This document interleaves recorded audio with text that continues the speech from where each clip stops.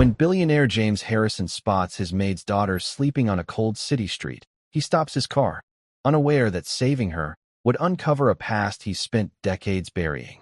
He almost didn't stop the car. Just another night. Just another lost soul. But then, her hair.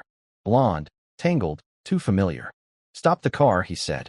The billionaire stepped into the cold night and found his housekeeper's daughter asleep on a bus stop bench. Alone. Frightened. Waiting for a mother who never came home. In that instant, the walls of his fortune cracked, letting the cold truth rush in. This is the story of how a man who had everything met a little girl who reminded him of the one thing he'd lost, his humanity. And before I forget, where are you watching from today?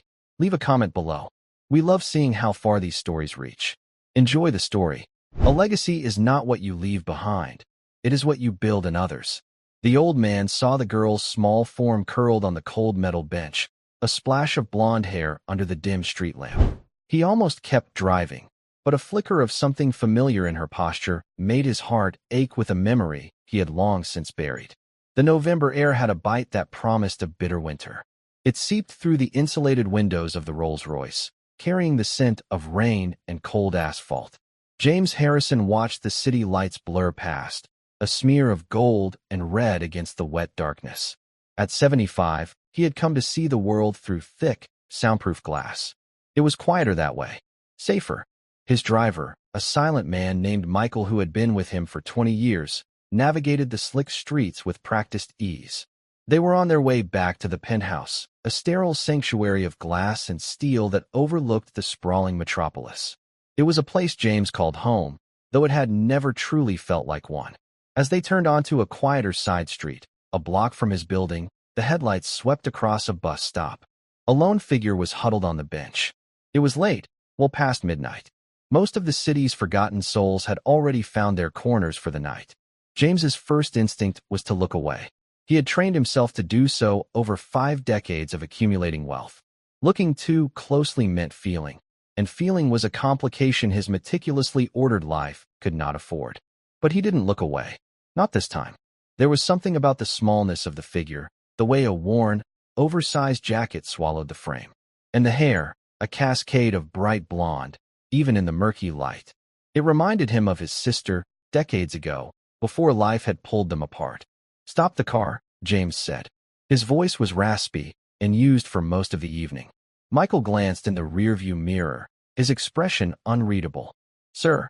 "Stop the car," James repeated, his gaze fixed on the bench.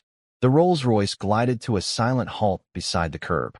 James pressed the button to lower his window, and the city's raw breath filled the car, the smell of exhaust, damp pavement, and distant sirens.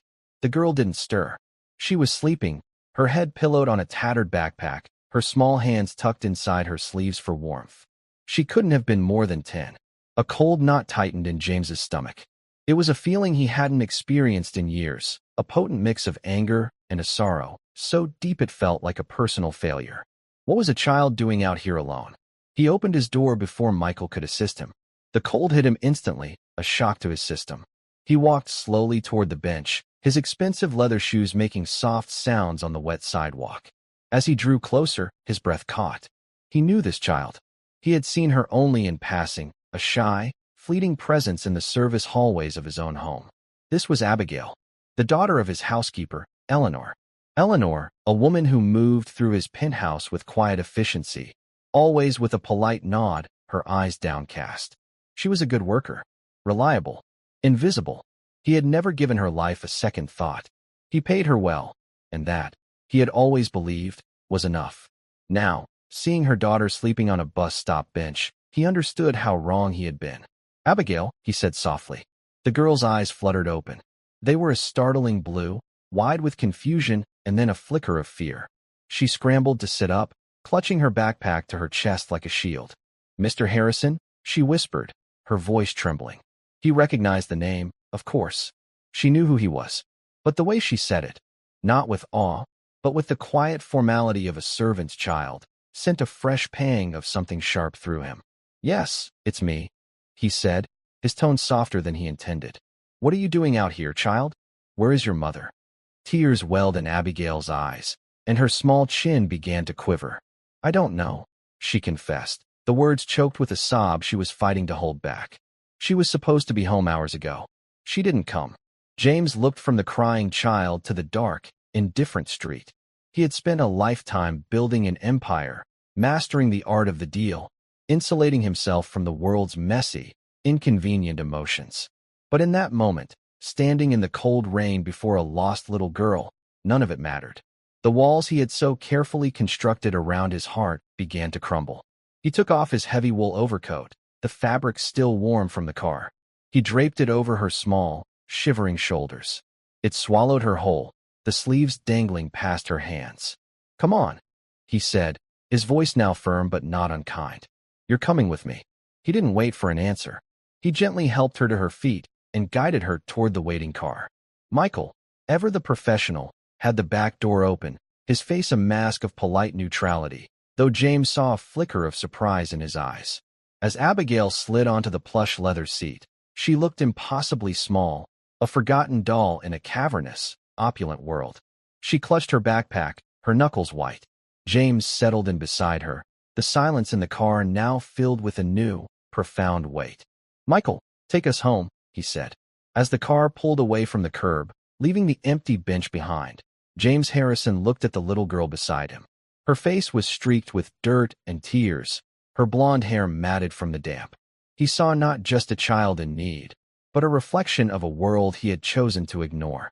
A world where mothers went missing and their daughters were left to sleep on the streets. And he knew, with a certainty that shook him to his core, that he could not look away. Not anymore. The journey to the penthouse was short, but the silence stretched, thick with unspoken questions. Abigail stared out the window, her small face reflected in the glass as the city's lights streaked by. She hadn't said another word since getting into the car. She simply sat, wrapped in a coat that smelled of old leather and expensive cologne, a scent so foreign it was like being on another planet. When they arrived at the towering residential skyscraper, the doorman, a stout man named George, rushed forward to open the door, his face a mixture of surprise and curiosity as he saw the small, disheveled child emerging from Mr. Harrison's car. James gave him a look that permitted no questions. "Good evening, George," was all he said, gently guiding Abigail through the gleaming marble lobby. They rode the private elevator up to the penthouse in silence. The ascent was fast and smooth, a silent climb to the top of the world. When the doors opened directly into his apartment, Abigail's eyes widened. She had been here before, but only in the back corridors, the kitchen, the laundry room, the unseen parts of the vast, empty space. She had never seen the main living area. It was a cavern of glass and white furniture, with a view that stretched across the entire city. The lights of millions of people twinkled below like a fallen constellation. To a 10-year-old, it looked like the inside of a spaceship. "Are you hungry?" James asked, breaking the silence. Abigail shook her head, still clutching her backpack. She looked overwhelmed, a small boat tossed into a vast, indifferent ocean. James sighed. He was not good with children. He had no children of his own, a choice made long ago in favor of his career. He felt a clumsy awkwardness, a helplessness that was entirely foreign to him. What did a lost child need? Warmth, safety, food. He could provide those things. But what she really needed was her mother. "Let's get you something warm to drink," he decided. "Hot chocolate." A small nod. That was a start. He led her into the kitchen, a space of stainless steel and black granite that was more of a showroom than a functional room. His housekeeper, Eleanor, was the only one who ever used it. James himself hadn't made so much as a piece of toast in over 30 years. He opened the refrigerator, a vast, mostly empty cavern, and found a carton of milk. He fumbled through the pantry, a closet filled with gourmet items he'd never touched, until he found a tin of cocoa powder. As he heated the milk on the state-of-the-art induction stove, he felt Abigail's eyes on him. He glanced over his shoulder. She was standing by the kitchen island, watching his clumsy efforts with a solemn curiosity. "My mom uses a little bit of vanilla," she said, her voice barely a whisper. "She says it makes it taste like a hug." James paused. A hug. He found a small bottle of vanilla extract and added a single drop to the steaming milk. He poured the chocolate into a heavy ceramic mug and placed it on the island in front of her. "Thank you," she mumbled, wrapping her small, cold hands around its warmth. She took a tentative sip. A faint smile touched her lips. It tastes right. James pulled up a stool and sat opposite her. The vast, silent kitchen seemed to shrink around them. For the first time, he took a proper look at her. She had her mother's determined chin, but her eyes were a different shade of blue, brighter and more observant than he had realized. In them, he saw not just fear, but a resilience that was both heartbreaking and admirable. "Abigail," he began gently, "I need you to tell me everything. When was the last time you saw your mother?" She looked down into her mug. "This morning. She left for her first job. She works at the diner on 6th Street before she comes here. She always comes home at 6. She makes me dinner, helps me with my homework, and then she leaves for her night job." James frowned. "Night job? I didn't know she had a third job." Abigail nodded. "She cleans offices downtown. She gets home very late, after I'm asleep. But she's always there in the morning. Always." Her voice broke on the last word. "Tonight, she never came home from her shift here. I waited and waited. The landlord locked the lobby door at 10. I didn't have a key to our apartment, so I couldn't get in." The story tumbled out of her, a simple, devastating narrative of a life lived on the margins. Their apartment was a single room in a building 2 miles away. The landlord was a difficult man. Her mother worked 3 jobs, a relentless cycle of cleaning up after other people, just to keep their heads above water. "So you walked to the bus stop?" James asked, his voice tight. "I thought I would wait for her there," she explained. "She takes that bus to her night job. I thought I would see her, but I got so tired. I think I fell asleep." James felt that cold knot in his stomach twist again, tighter this time. He had paid Eleanor a generous salary, or so he had thought. He had assumed it was enough. He never considered the cost of living in this city, the rent, the food, the endless, crushing expenses that could swallow a person whole. He had never considered that his generous salary was just one small piece of a desperate puzzle her mother was trying to solve every single day. He thought of the file his HR department kept on his household staff. It contained their names, social security numbers, and addresses. Nothing more. He had never asked where Eleanor lived. He had never asked about her husband, her family, or her struggles. He had never asked about the little girl who was now sitting in his kitchen, a refugee from a world of poverty he had only ever observed from his penthouse window. "We are going to find her," James said, the words feeling like a vow. He wasn't just speaking to the child. He was speaking to himself. "I promise you, Abigail, we will find your mother." He reached for his phone. He had a private security team on retainer, a group of highly efficient, discreet men who could solve any problem money could buy. He had used them to handle corporate espionage, to vet business partners, to protect his assets. Now, he would use them to find a missing maid. As he made the call, he looked at Abigail. She was watching him, her blue eyes wide with a fragile, tentative hope. He saw her clutching something inside the pocket of the coat he had given her. It was a small, folded piece of paper.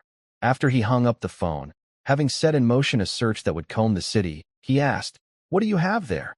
Abigail hesitated, then slowly pulled the paper from her pocket. She unfolded it carefully. It was a photograph, worn and creased at the edges. It showed a young man in a crisp army uniform, a wide, confident smile on his face. He had the same bright blue eyes as Abigail. "It's my Grandpa Joe," she said, her voice filled with a quiet pride. "My mom says he was a hero. He fought in a war a long time ago. She said he was the bravest man she ever knew." James took the photograph. His hand trembled slightly as he looked at the smiling face of the young soldier. The name, the eyes, the timeline. It couldn't be, but it was. The world suddenly tilted on its axis. He knew this man. He had served with this man, Joseph Joe Patterson, a boy from Brooklyn who had saved his life in a forgotten jungle half a world away, all those years ago. A man he had lost track of after the war, a friend he had failed to keep. He looked from the fading photograph to the face of the little girl before him. The daughter of his housekeeper was the great-granddaughter of the man who had saved his life. A man he owed a debt he could never repay. The night was no longer just about a missing woman. It was about a promise made in the shadow of war, a debt of honor left unpaid for 50 years. And James Harrison knew, with a chilling, gut-wrenching clarity, that his carefully constructed, empty life was about to be turned inside out. The photograph felt heavy in James's hand, a relic from a lifetime ago. The face in the picture was young, full of the easy, unshakable confidence that belonged only to boys who hadn't yet seen the world's true face. Joe Patterson. He hadn't spoken that name aloud in half a century.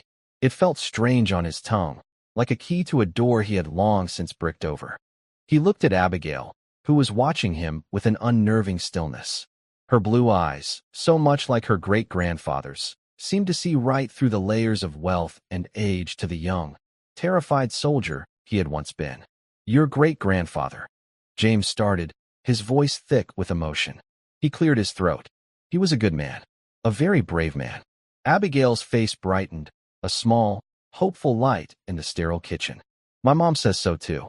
She has his medal, the one they gave him for being brave. She keeps it in a special box." A medal. James knew which one she meant. It was the one he should have received. It was the one Joe had been given for pulling a wounded James out of a firefight, carrying him 2 miles through dense jungle to a medevac point, all while under enemy fire. James had been unconscious for most of it, but he remembered waking up to the deafening roar of a helicopter and seeing Joe's grimy, smiling face looking down at him. "Got you, Jimmy boy," Joe had said, before collapsing from exhaustion. "Told you I wouldn't leave you behind." James had been shipped home. He had recovered. He had inherited his father's business and turned it into an empire. Joe had finished his tour, and they had exchanged a few letters, but life, as it always does, had gotten in the way. James had gotten busy. The letters had stopped. The guilt had been a small, quiet thing at first, easily ignored. Over the years, it had faded into the background noise of his success, a forgotten debt. Until now. He handed the photograph back to Abigail. "We will find your mother," he said again. And this time, it was not just a promise to a child. It was a promise to the ghost of the man in the picture. The doorbell chimed, a soft, electronic sound that echoed in the vast apartment. James knew it would be his head of security. He placed a hand gently on Abigail's shoulder. "You must be exhausted. Let's find you a place to rest." He led her out of the kitchen and down a long, white hallway lined with abstract art that was worth more than the building Eleanor and Abigail lived in. He opened the door to one of the guest suites. There were 5 of them, all decorated with the same impersonal luxury, all of them perpetually empty. The room was larger than Abigail's entire apartment. A king-sized bed with a mountain of white pillows sat in the center. A wall of glass offered another stunning view of the city. Abigail hesitated at the doorway, as if afraid to step inside.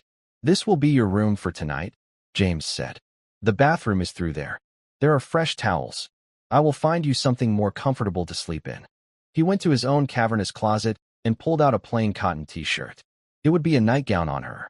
When he returned, she was standing exactly where he had left her, a tiny, lost figure in the opulent room. He handed her the shirt. "Get some rest," he said, his voice softer than he thought possible. "I will be right outside. I will wake you up the moment we have news of your mother." She looked up at him, her eyes searching his face. "You promise?" "I promise," he said, and he meant it more than anything he had said in years. He closed the door gently behind him and walked back to the main living area. A man in a sharp, dark suit was waiting for him. This was David Chun, the head of Harrison Global Security. David was a former federal agent, a man of quiet competence and unshakable calm. He had handled kidnappings, corporate threats, and a dozen other crises for James over the years. Finding a missing housekeeper should be simple. But James knew, deep down, that this was anything but simple. "Sir," David said with a respectful nod, "you have a situation." It was not a question. "My housekeeper, Eleanor Riggs, is missing," James stated, getting straight to the point. Her 10-year-old daughter, Abigail, was found alone. "I want you to find her, David. I want you to use every resource we have." David was already tapping on a tablet he had pulled from his briefcase. "I have her details from your HR files.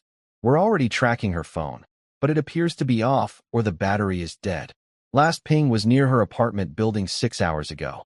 I have a team heading to the diner she works at, another to the office building she cleans downtown.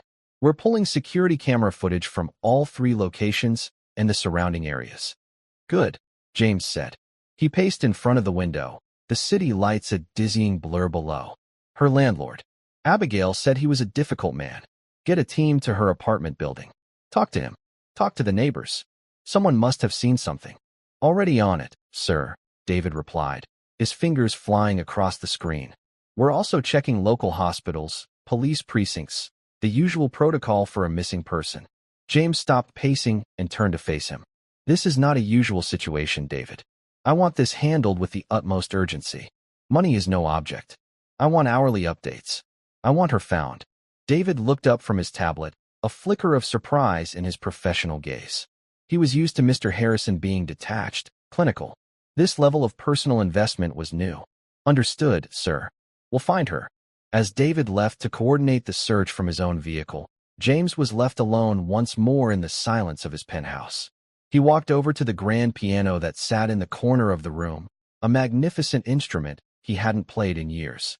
He ran his fingers over the cool ivory keys, the notes hanging in the air like dust motes in a sunbeam.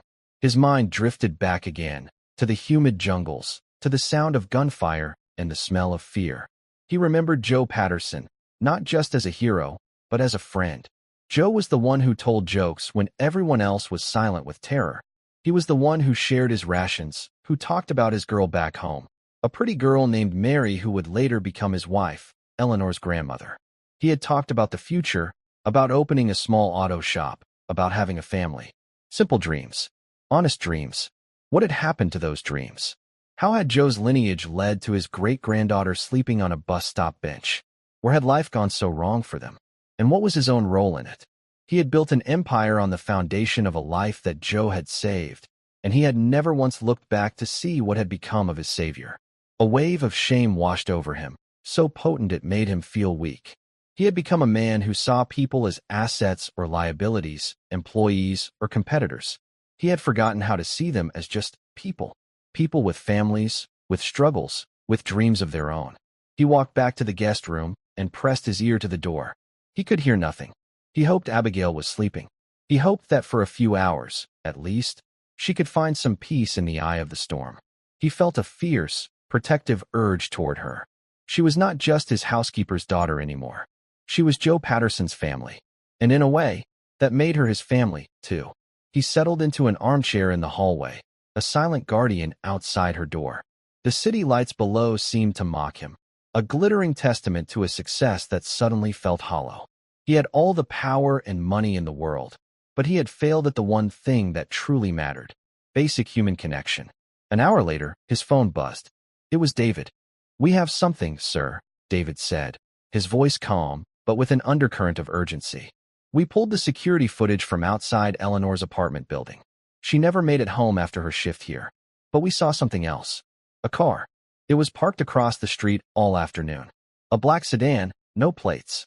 We saw her leave your building on the public street cams. The car was half a block behind her bus. It followed her all the way to her stop." A cold dread crept up James's spine. This was not a simple case of a woman getting held up at work or having an accident. This was something else. "What happened at the bus stop?" James asked, his voice low. "That's the problem, sir," David said. "The camera at that intersection is malfunctioning. We have footage of her getting off the bus. The black sedan pulls up to the curb just out of frame. And then nothing. The next bus comes and goes. She's gone. The car is gone." James's mind raced. This was planned. Calculated. Someone had taken her. But why? Eleanor was a housekeeper. She had no money, no enemies that he knew of. It made no sense. Unless it wasn't about her at all. Was it about him? He was James Harrison, a man with a net worth in the billions. A man with rivals. Enemies. People who would do anything to get to him. Had someone taken his housekeeper to get to him? It was a chilling thought. His life of insulated, protected wealth had just been breached in the most personal way imaginable. He looked at the closed door of the guest room. Behind it, a little girl slept, oblivious to the fact that her world had been turned upside down, possibly because of the very man who was now vowing to protect her. "Find that car, David," James said, his voice hard as steel. "I don't care what it takes. I want to know who was in it. And I want to know where they took her." He hung up the phone. The silence of the penthouse was no longer peaceful. It was menacing. He was no longer just a billionaire in his ivory tower. He was a man with a debt to pay and a little girl to protect. The long night was just beginning. The hours that followed were the longest of James Harrison's life. He sat in the armchair outside Abigail's room, a statue carved from anxiety. Sleep was a distant country he had no passport for.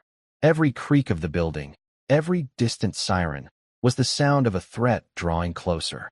He had lived his life in a fortress of wealth, believing himself untouchable. Now, he understood that his fortress had been built of glass, and the world had just thrown a stone. He thought about Eleanor. He tried to conjure a clear image of her face, but all he could summon was a polite, deferential blur. A woman who called him Mr. Harrison, who kept his sterile home immaculate, who existed only in the periphery of his vision. He had never once asked her about her life, her struggles, her daughter. The shame of it was a physical weight, pressing down on his chest. He had treated her as a function, not a person. And now, she was in danger, possibly because of him. Around 3 a.m., the door to the guest room creaked open. Abigail stood in the doorway, a small silhouette against the soft light from within. The oversized t-shirt hung to her knees. "I can't sleep," she whispered, her voice small. James's heart ached for her. He stood up, the joints in his knees protesting. "I'm not very tired either," he admitted. She clutched a corner of the t-shirt. Can I wait with you?" "Of course," he said immediately. She padded over to the armchair opposite his and curled up in it, tucking her feet underneath her. For a long time, neither of them spoke. They just sat in the quiet hallway, two strangers bound by a crisis, watching the city sleep below. "My mom sings to me when I can't sleep," Abigail said softly, her voice barely disturbing the silence. "She sings old songs, the ones her grandma taught her. She says they're full of stories." "Your great-grandmother Mary?" James asked, remembering the name Joe used to speak with such reverence. Abigail nodded. She said Grandpa Joe loved to hear her sing. He said it was the prettiest sound in the world. A fresh wave of guilt washed over James. He had never known what happened to Mary. He had never asked. He had let the threads of his past unravel, never thinking to hold on to them. "Tell me about your mother," James said, wanting, needing, to know more about the woman he had so thoroughly overlooked. Abigail's face softened. "She's the best mom. She works really hard, but she's never too tired to read me a story. We have a rule. No matter what, we always have dinner together, even if it's just sandwiches. She says it's our special time." A tear traced a path down her cheek. "We were supposed to have spaghetti tonight." The simple, domestic detail was more devastating than any grand tragedy. Spaghetti, a mother and daughter's special time. A small, ordinary ritual of love that had been stolen from them. "She sounds like a wonderful woman," James said, his voice husky. "She is," Abigail said fiercely, as if defending her mother from an unspoken accusation. "She's strong, like Grandpa Joe. She says we have Patterson blood, and Pattersons don't give up. Pattersons don't give up." The words echoed in the chambers of James's heart. Joe hadn't given up on him in that jungle. He couldn't give up on Eleanor and Abigail now. His phone vibrated, a sharp, urgent buzz that cut through the quiet. He looked at the screen. It was David. He answered, his hand tight around the phone. "We found the car," David said, his voice clipped and professional. "It was abandoned in an industrial park in Queens. Wiped clean. But my people are thorough. They found something. A single cufflink, wedged under the passenger seat." "A cufflink?" James asked, confused. "It's custom-made," David explained. "Gold, with an onyx inlay. We traced the maker. He only made 10 pairs. They were commissioned as gifts for the board members of a rival company, Sterling Enterprises." The name hit James like a physical blow. Sterling Enterprises. His most ruthless competitor, run by a man named Marcus Thorne. Thorne was a corporate predator, a man known for his hostile takeovers and his complete lack of ethics. They had been locked in a bitter struggle for a multi-billion-dollar government contract for the past 6 months. James had been winning. Marcus Thorne. James breathed, the name tasting like poison. "It seems likely, sir," David said. "Taking your housekeeper would be a message. A very personal, very ugly message. It's a way to distract you, to destabilize you before the final bids are due next week." James's blood ran cold. This wasn't just a random act of violence. It was a strategic move in a corporate war. Marcus Thorne had taken a human being, a mother, a daughter of a hero, and turned her into a pawn. The sheer, calculated cruelty of it was staggering. He looked at Abigail, who had fallen into a light, uneasy sleep in the chair, her face still streaked with tear tracks. Thorne hadn't just taken an employee. He had taken this little girl's entire world. A new kind of anger ignited within James. It was not the cold, calculated anger of a boardroom battle. It was hot, righteous, and deeply personal. Marcus Thorne had crossed a line that James himself had only just learned existed. He had trespassed on sacred ground. "Where is Thorne now?" James asked, his voice dangerously quiet. "He's at his estate in Connecticut," David replied.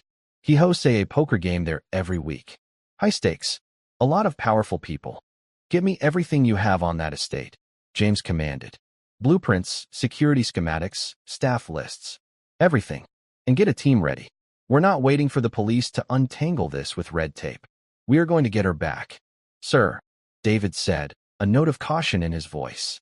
"A direct action against Thorne is risky. The fallout could be." "I am well aware of the risks, David." James cut him off, his voice like ice. "Marcus Thorne wanted my attention. He has it. Now, he is going to learn what happens when you threaten the family of a man who saved my life." He ended the call. The die was cast. He was no longer just a billionaire protecting his assets. He was a man on a mission, fueled by a half-century of guilt and a newfound sense of duty. He looked out the window at the first faint hints of dawn painting the eastern sky.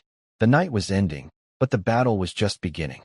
He walked over to the sleeping child and gently brushed a stray strand of blonde hair from her forehead. "I'm coming, Eleanor," he whispered into the quiet of the room. "I'm coming." He then gently scooped Abigail up in his arms. She stirred but didn't wake, nestling her head against his shoulder. He carried her back to the guest bed and tucked her in, pulling the soft, warm covers up to her chin. For a moment, he just stood there, watching her sleep. This child, this legacy of a forgotten hero, had done what no one else could. She had reminded him how to be human. And for her, he would be willing to tear the world apart. The plan came together with the cold, brutal efficiency of a military operation. David Chun, working from a secure van parked a block away from the penthouse, became the nerve center. He fed James a constant stream of information. Blueprints of Thorne's sprawling Connecticut estate, thermal imaging showing the number and location of guards, and a detailed dossier on Marcus Thorne himself, a man whose ruthlessness was matched only by his arrogance. James, for his part, felt a clarity he hadn't experienced in decades. The fog of his detached, emotionless life had burned away, replaced by a singular, unshakable purpose. He was no longer a CEO managing a crisis. He was a commander preparing for battle. The young soldier he had been, the one who had survived the jungle alongside Joe Patterson, was reawakening. He made one call, to a man he hadn't spoken to in 30 years. A man named Frank Kowalski, who had been the third member of their fire team back in the war. Frank had gone on to have a decorated career in special forces before retiring to a quiet life in the mountains. He was a man who understood loyalty and debt. "Frank," James said when the old soldier answered. "It's Jimmy Harrison." There was a pause on the line, then a gruff, surprised laugh. "Jimmy boy, I'll be damned. I thought you'd be too busy counting your money to call an old grunt like me." "I need a favor, Frank," James said, cutting to the chase. "A big one. It's about Joe Patterson." He explained the situation in clipped, concise sentences. He didn't have to embellish. The bare facts were enough. When he was finished, there was a long silence on the other end of the line. "That son of a," Frank finally growled. "Some things never change. Men like that, they think the world is their playground. They think they can just take what they want." He paused. "Joe's great-granddaughter, you say?" "Yes," James confirmed. "She's here with me. She's safe. But her mother—" "I'm in," Frank said without hesitation. "You tell me what you need." With Frank on board, the plan solidified. He would be the on-the-ground lead, directing a small, hand-picked team of his most trusted former operatives, men who, like him, lived by an older code of honor. They wouldn't be mercenaries for hire. They would be soldiers on a mission for one of their own. James looked in on Abigail one last time before he left. She was still sleeping soundly, a picture of innocence in a world that was anything but. He left a note for her on the bedside table, in case she woke up. "I have gone to bring your mother home. I will be back soon. I promise." He signed it simply James. He met David in the basement garage. A nondescript black van was waiting.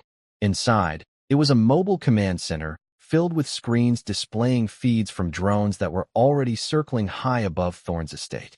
Frank and his three-man team were on a video link, their faces grim and determined.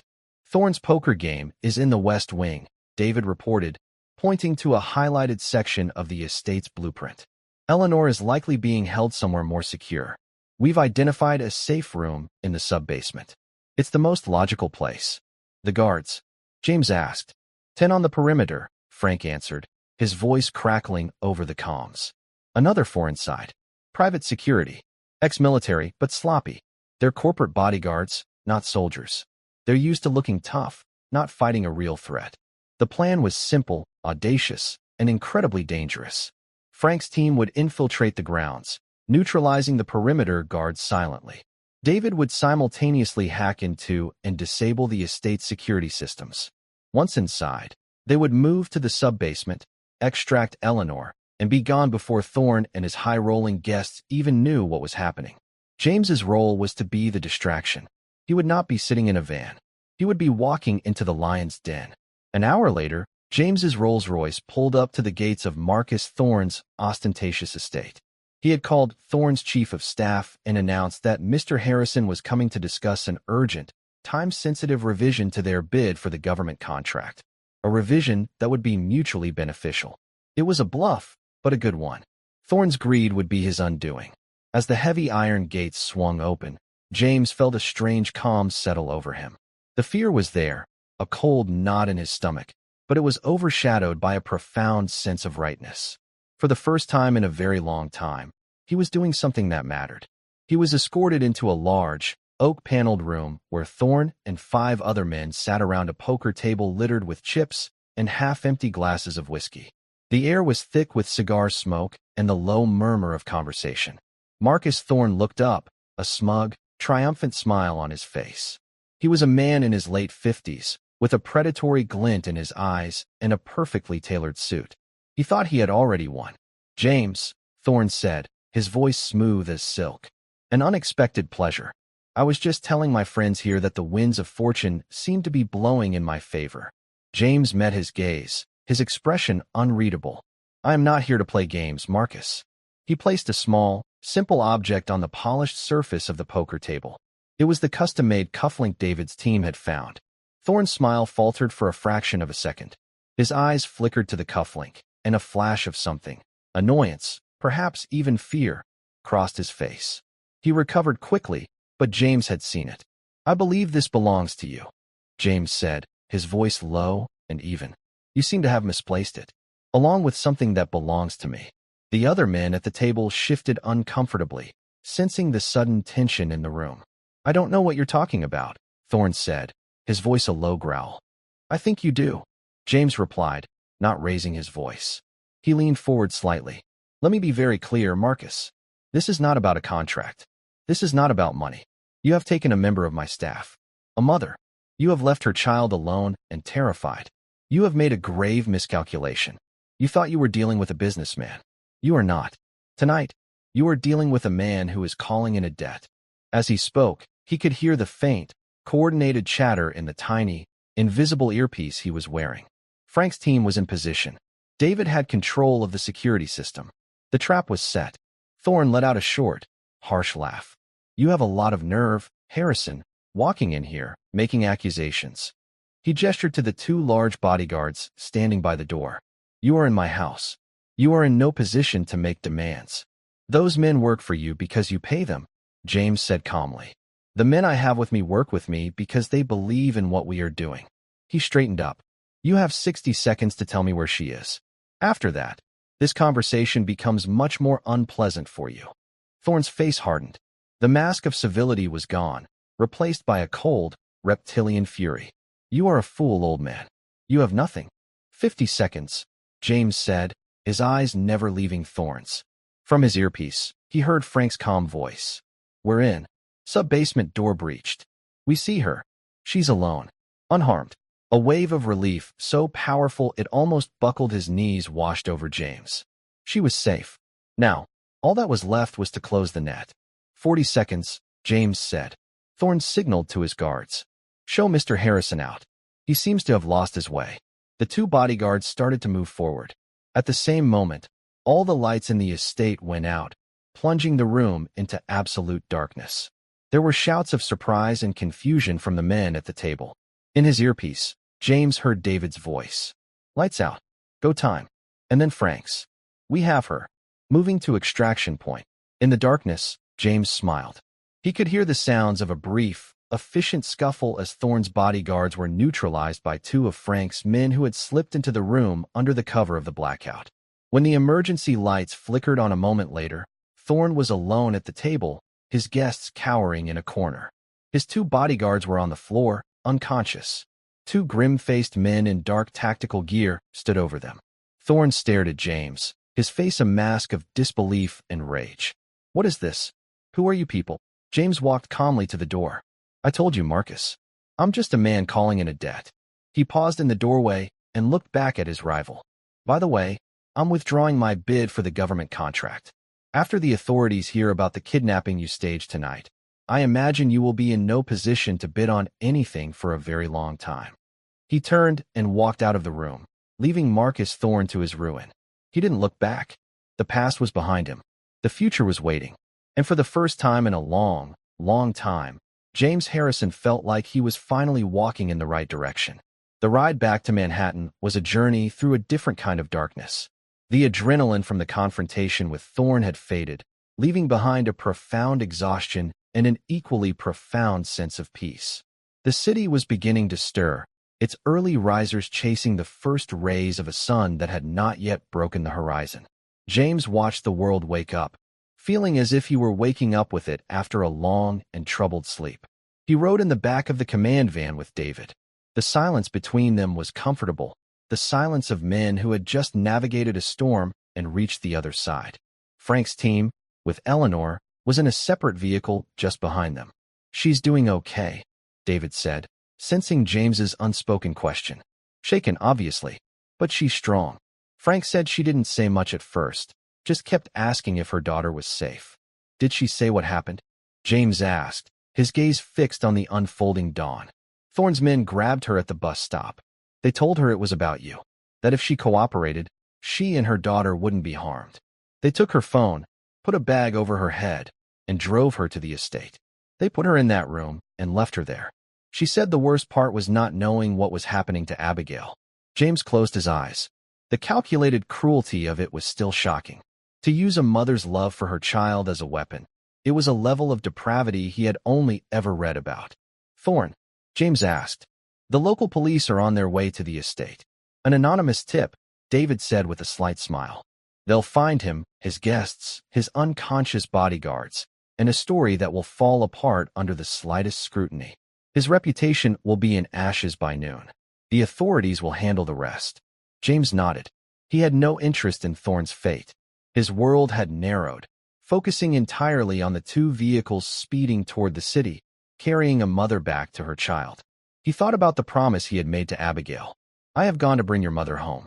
He had kept his word. It was a novel feeling, this sense of personal, moral accomplishment. It felt better than closing any multi-billion-dollar deal. When they arrived back at the penthouse, Frank's van was already waiting in the private underground garage. The back door slid open, and a woman emerged. She was tall and slender, with the same determined chin as her daughter and tired, fearful eyes that were scanning her surroundings frantically. This was Eleanor Riggs. Not the deferential, almost invisible employee, but a mother whose entire being was focused on one thing. Frank gave James a solemn nod. "She's all yours." Eleanor's eyes fell on James. There was confusion in them, and a million questions. But she asked only one. "My daughter? Is she?" "She is upstairs," James said, his voice gentle. "She's safe. She's been sleeping." The relief that washed over Eleanor's face was like the sun breaking through the clouds. It was the most beautiful thing James had ever seen. Tears streamed down her cheeks, but she didn't make a sound. She just nodded, her throat too tight for words. James led the way to the private elevator. The ride up was silent, charged with an almost unbearable emotional weight. Eleanor stood straight and still, her hands clenched at her sides, her entire body trembling with anticipation. When the elevator doors opened into the penthouse, the first light of morning was streaming through the floor-to-ceiling windows, filling the vast space with a soft, hopeful glow. The apartment was quiet. James led Eleanor down the long hallway to the guest room. He stopped at the door and turned to her. "She's right in there." Eleanor looked at him, her eyes shining with unshed tears. "Thank you," she whispered, the words carrying the weight of a prayer. Then she turned, pushed the door open, and stepped inside. James remained in the hallway, feeling it was a sacred space he had no right to enter. He could hear a soft gasp, then the sound of muffled footsteps on the thick carpet. "Mom," a small, sleepy voice asked. "Oh, baby." Eleanor sobbed, the sound raw and full of love. "I'm here. I'm here. I'm so sorry." James heard the rustle of bedsheets, and he pictured the scene in his mind, a mother wrapping her arms around her child, holding on as if she would never let go. He heard Abigail begin to cry, not tears of fear, but of pure, unadulterated relief. He slowly backed away from the door, giving them their moment. He walked into the main living area and stood before the great window, looking out at the city he had conquered, the city that had almost swallowed a little girl whole. He had always seen it as a landscape of assets and opportunities. Now he saw it as a collection of a million stories, a million families, a million mothers and daughters, just like Eleanor and Abigail. He felt a hand on his shoulder and turned to see Frank Kowalski standing beside him. The old soldier's face was etched with the lines of a hard life, but his eyes were clear. "You did a good thing, Jimmy boy," Frank said quietly. "Joe would have been proud." James felt a lump form in his throat. "I should have found him years ago, Frank. I should have. I let him down." "The war, it changes a man," Frank said, his gaze distant. "We all came home different. We all lost track of people. The important thing isn't what you failed to do yesterday. It's what you do today. You honored him tonight. You honored his family. That's all that matters." Frank and his team left soon after, disappearing as quietly as they had arrived. David assured James that all loose ends would be tied up, and then he, too, was gone. James was alone again, but the silence of the penthouse no longer felt empty. It felt peaceful. An hour later, Eleanor emerged from the guest room. Abigail was with her, her small hand clutching her mother's. The fear was gone from Abigail's eyes, replaced by a quiet, joyful serenity. She had her world back. Eleanor had composed herself. Her face was pale, and she looked exhausted, but she stood tall. She walked over to James. "Mr. Harrison," she began, her voice still shaky. I don't know what to say. I don't understand why you did all this. For me." James gestured to the sofa. "Please sit. Both of you." He sat in an armchair opposite them. He reached into his pocket and pulled out the worn photograph of Joe Patterson. He handed it not to Eleanor, but to Abigail. "Abigail," he said, "you told me your great-grandfather was a hero. You were right. I knew him. He was my friend." Abigail's eyes widened. Eleanor looked at James, completely stunned. "You knew my great-grandfather?" "We served together," James explained. His voice was steady, but it cost him a great deal of effort to keep it that way. "A long time ago, there was a battle. I was wounded badly. I would have died there if it hadn't been for him. He risked his own life to save mine. He carried me through the jungle to safety." He looked directly at Eleanor, his gaze unflinching. "I owe your family a debt that can never truly be repaid. For 50 years, I have been a wealthy man, a successful man. But I have carried the shame of not knowing what became of my friend. I got busy, and I let life get in the way. I never looked back. I never tried to find him." Seeing Abigail on that bench, and then seeing this photograph, it was like a second chance. A chance to finally honor the man who gave me my life. Eleanor stared at him, speechless. She reached into the worn backpack that Abigail had kept with her, the one that now sat on the floor beside them. She pulled out a small, velvet-lined box. She opened it. Inside, resting on faded silk, was a distinguished service cross. "He told my grandmother it was just a piece of metal," Eleanor said, her voice thick with emotion. "He said the only thing that mattered was that he got his buddy home safe. He used to call him Jimmy Boy." The old nickname, spoken in this sterile, modern room, closed a circle of 50 years. Tears welled in James's eyes, and this time, he did not fight them. He came home and tried to build a life. Eleanor continued, her family's story pouring out of her. He opened a small garage, just like he always wanted. But he had nightmares from the war. He struggled. The business failed. He worked odd jobs the rest of his life, always providing, but never getting ahead. He died when my mom was just a teenager. My grandmother, Mary, She worked as a seamstress until the day she died. My own father left when I was a baby. It's just been me and my mom, and now, just me and Abigail. We're Pattersons. We don't give up. But it's been so hard. James listened, and every word was a stone laid upon his heart. The simple, hard life of the hero he had left behind. The generational struggle that had culminated in a 10-year-old girl sleeping on a bus stop bench. He knew what he had to do. This wasn't about charity. This was about justice. It was about legacy. That is all going to change, James said, his voice firm with a newfound conviction. Your struggles are over, Eleanor. He explained his plan. It wasn't just a job. He was establishing a charitable foundation, the Patterson Foundation, dedicated to supporting the families of veterans. And he wanted Eleanor to run it. She would have a real salary, a career, a purpose that would honor her great-grandfather's memory. He was giving her a new apartment in a safe building near a good school, all expenses paid. He was setting up an unbreakable trust for Abigail, one that would cover her education all the way through university and beyond. Eleanor was crying again, but these were not tears of sorrow or fear. They were tears of disbelief, of a lifetime of weight suddenly being lifted from her shoulders. I can't accept all that, she stammered. It's too much. It is not enough, James said quietly. It is a down payment on a debt. Your great-grandfather gave me my life. The least I can do is make sure his family has the life he always dreamed of for them. He looked at Abigail, who was watching him with her bright, blue Patterson eyes. And besides, he added, a genuine smile reaching his eyes for the first time in years. I have a feeling I'm going to need someone to teach me how to make hot chocolate that tastes like a hug. Abigail giggled, a pure, happy sound that echoed in the vast, silent penthouse. It was the sound of a new beginning. A few weeks later, James stood with Eleanor and Abigail on the balcony of their new apartment. It was a bright, spacious home with a small terrace filled with flowers. Below them, a park buzzed with the laughter of children. Abigail was no longer a pale, frightened child. She was radiant, chattering excitedly about her new school and the friends she was making. Eleanor was transformed. The weary, worried lines on her face had softened. She carried herself with a new confidence, a new hope. She was already throwing herself into her work at the foundation, finding a passion she never knew she had. James was a regular visitor. He was no longer Mr. Harrison, the distant, formidable billionaire. He was James.